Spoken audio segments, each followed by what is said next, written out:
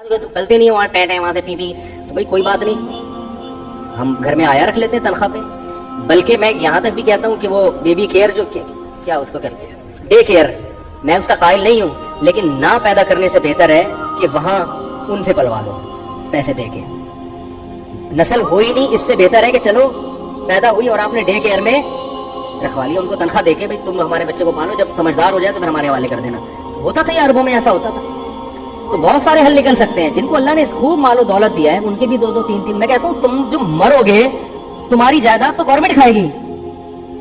इंसान चाहता है कि तभी शरीयत ने औलाद का हिस्सा ज्यादा रखे। इंसान चाहता है मेरा सारा माल कौन खाए, मेरी औलाद खाए, और बच्चे खुश भी होते हैं हमारे बाप ने हमारे लिए इतना छोड़ते। मालदार लोग, अरबपति लोग, ऐसे ऐसे लोग मेरे पास आते हैं 3-3 करोड़ रुपए महाना। एक साहब आए, एक यानी मैं इसलिए नहीं बता रहा कि गवर्नमेंट ने पीछे पड़ जाए, कितनी आमदन थी उनकी, टैक्स भी देते हैं वो, करोड़ों रुपए अर्निंग है, ऐसा ताजिर है, बच्चे 2 हैं 10 साल में। तो यार ये करोड़ों रुपए है, 2 बच्चे 3 बच्चे, तुम्हें क्या मसला है भाई? कहने बेगम ही नहीं मानती। मैंने कहा बेगम से बोलो बेगम बच्चे पैदा कर दो, मैं पलवा लूंगा, तनख्वाह पे किसी को आया रखे। समझ ये बात?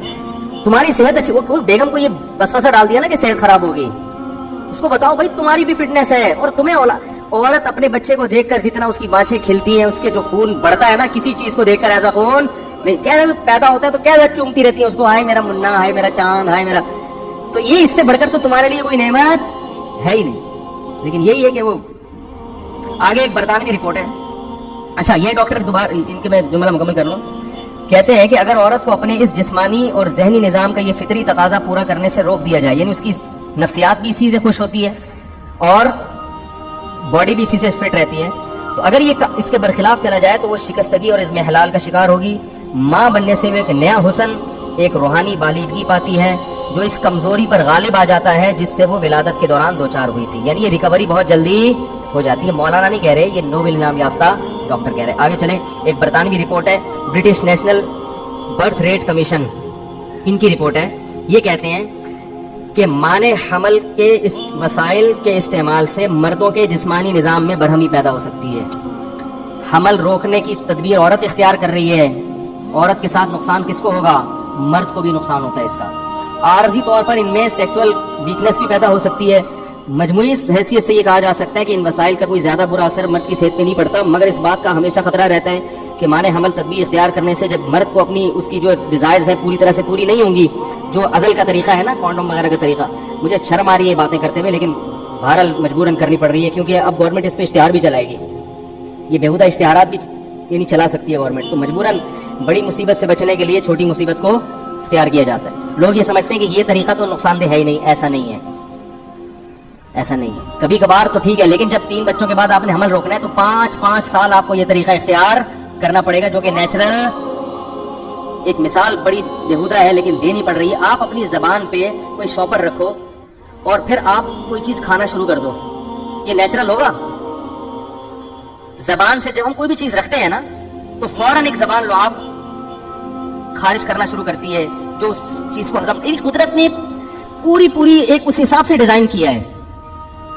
तो एक दफा आपने शॉपर रख के रोटी खा ली, 2 दफा खा ली, 3 दफा खा ली, 20 दफा खाओगे तो मैदा क्या कर देगा? हजम करना छोड़ देगा, नुकसान होना शुरू हो जाएगा। वो तरीका जो सबसे ज्यादा कम नुकसानदेह समझा जाता है वो भी कम नुकसानदेह नहीं है, वो भी कम नुकसानदेह नहीं है। आगे कहते हैं कि इसकी आइली मसरतें गायब हो जाएंगी, यानी मर्द को जब, औरत को भी इससे नुकसान होगा, उसकी भी तस्कीन नहीं होगी, मर्द की भी तस्कीन नहीं होती। इससे क्या होगा? मियाँ बीवी में झगड़े, हालांकि पता नहीं होता हम क्यों चिड़चिड़े हो रहे हैं, मगर चिड़चिड़े होना शुरू हो जाते हैं। आगे लिखा है इसका नुकसान ये होगा कि मर्द की तवज्जो फिर बाजारी औरतों की तरफ माइल होना शुरू हो जाएगी। ये नुकसानात है। आगे ये कह रहे हैं कि मने हमल तदबीर का नतीजा होता है कि औरत के आसाबी निजाम में खलल पैदा होता है, इसमें बदमिजाजी और चिड़चिड़ापन पैदा होता है। जो खवातीन हमल रोकने की दवाएं इस्तेमाल करती हैं उनकी तबीयत में चिड़चिड़ापन पैदा हो जाता है। आगे इनके शौहर के साथ ताल्लुकात खराब होते हैं, इनको पता नहीं होता क्यों लड़ाइयाँ हो रही हैं, लेकिन वो अंदर तौर पर क्या होती है? डिस्टर्बूरी होती है।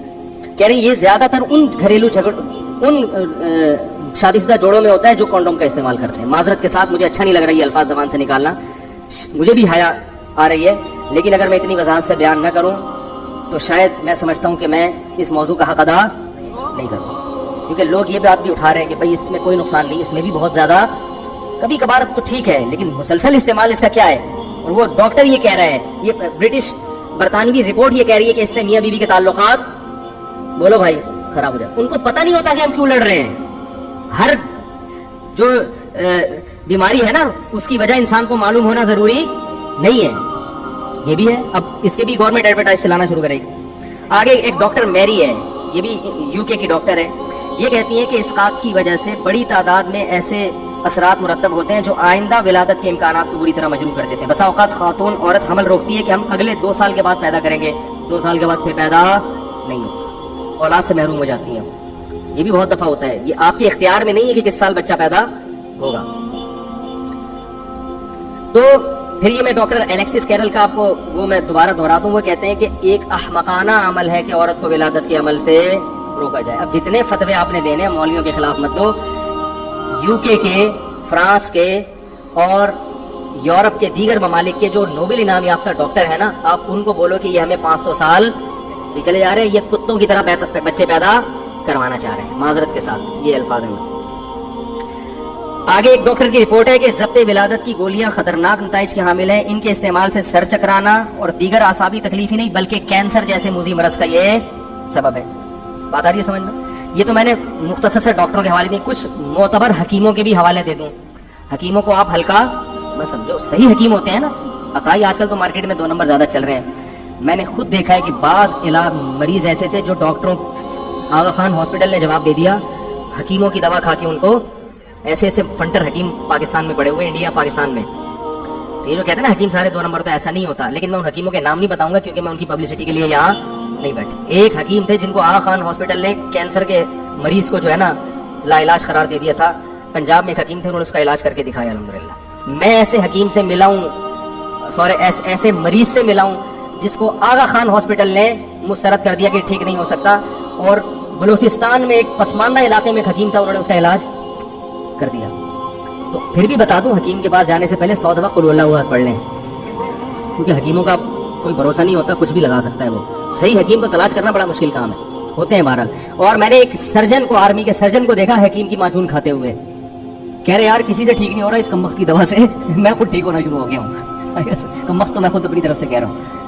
تو آپ کو معلوم ہے کہ ہمارے ملک میں چند بڑے حکیم پیدا ہوئے جو واقعی بڑے خاندانی حکیم تھے, جن میں ایک حکیم محمد سعید بھی تھے. حکیم محمد سعید نے یہ مضمون شائع کیا ہے ہمدرد میں جولائی 1985 میں. اس میں یہ انہوں نے پوری ایک عورت کی ہسٹری بیان کی کہ اس کی صحت بگڑتی جا رہی تھی, جس کا میں خلاصہ بیان کر رہا ہوں. بالآخر ہم نے اس سے کہا کہ اولاد کی ولادت پہ آ جاؤ, بچے پیدا کرنا شروع کر دو. اس عورت نے ان کو خط لکھا کہ میری تمام بیماریاں الحمدللہ ختم ہو گئی. یہ پورا انہوں نے خط اس عورت کا شائع کیا اس اخبار میں. آگے وہ یہ لکھتے ہیں کہ ضبط ولادت کی گولیاں استعمال کرنے والی خواتین فالج کا بھی شکار ہو جاتی ہیں. ہمارے یہاں تو فری میں بانٹی جا رہی ہیں یہ دوائیں. فالج ہو جاتا ہے عورتوں کو ان دواؤں کے استعمال سے. یہ کینیڈا کی رپورٹ ہے. اچھا, کینیڈا کے ایک ممتاز ماہر امراض اعصاب کے مطابق اس نے اب تک جو مشاہدات کی ان کی روشنی میں کہا جا سکتا ہے کہ ضبط ولادت کی گولیاں جب سے استعمال ہونے لگی ہیں خواتین پر فالج کے حملوں کا سلسلہ تیز ہو گیا ہے.